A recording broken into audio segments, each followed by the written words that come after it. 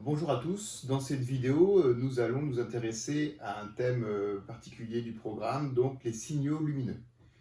La lumière, comme celle du soleil par exemple, nous permet d'appréhender et de voir le monde qui nous entoure.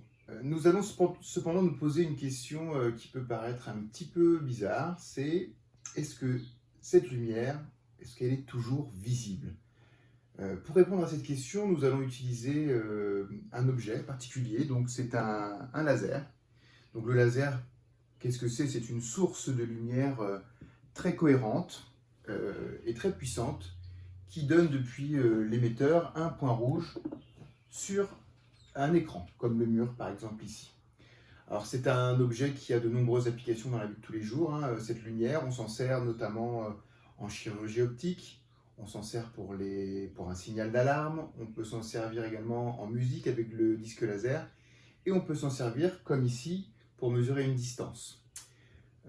Lorsqu'on allume un laser, on peut donc voir un point rouge sur le support. Ça permet notamment de mesurer la distance entre l'émetteur ici et le point rouge sur le mur.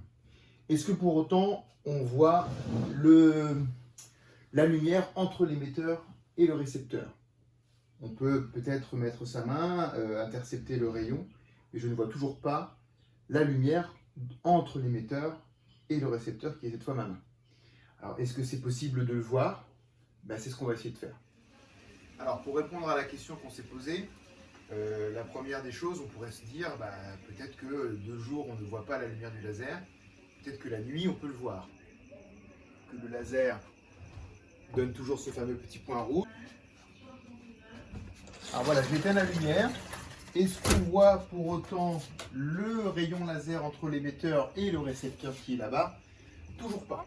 Pour pouvoir distinguer la lumière d'un laser, on peut utiliser plusieurs choses. Là, j'ai un pulvérisateur d'eau. Ici, c'est une petite bombe d'eau qu'on peut se pulvériser sur le visage quand on a trop chaud. Et voilà ce que ça donne.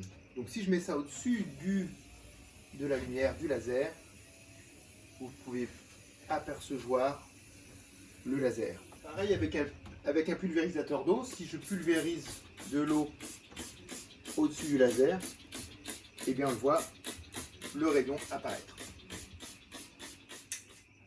Pour pouvoir voir le laser, on peut également brûler, là je suis en train de brûler un petit peu de sopalin, et je vais mettre de la fumée, et on peut voir,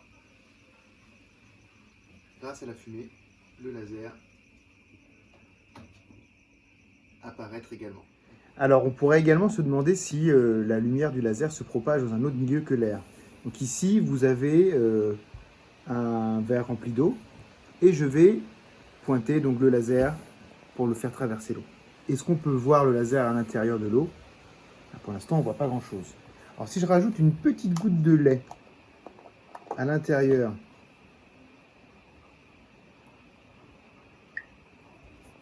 du verre,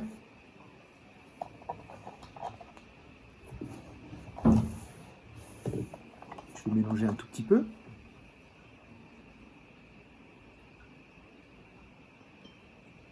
Et cette fois, on peut donc voir, avec une simple goutte de lait en plus dans l'eau, le laser qui traverse l'eau.